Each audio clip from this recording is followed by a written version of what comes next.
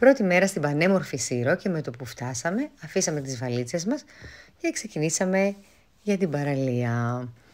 Επιλέξαμε τις Αγκαθοπές στην περιοχή της Ποσειδονίας. Είναι μια πανέμορφη παραλία με 2-3 beach bars στη σειρά. Καθίσαμε στο Όνο, εξαιρετικός ο χώρος στο εστιατόριο. Έχει ξαπλώστερες και μπροστά στο εστιατόριο και στην αμμουδιά. Και αν κρίνω από τη σαλάτα που έφαγα με την κοινόα και τις γαρίδες, πρέπει να έχει εξαιρετική κουζίνα. Τις βουτιές μας γενικά περάσαμε πολύ όμορφα στο Όνο και ξεκινήσαμε για την επιστροφή.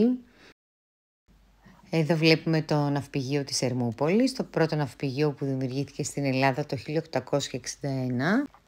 Η δημιουργία της Ερμούπολης, της πρωτεύουσας της Σύρου και των Κυκλάδων, ξεκινάει το 1822 από τους πρόσφυγες, μεταξύ αυτών και οι πρόσφυγες από τη Μικρά Ασία. Γνωρίζει τεράστια εμπορία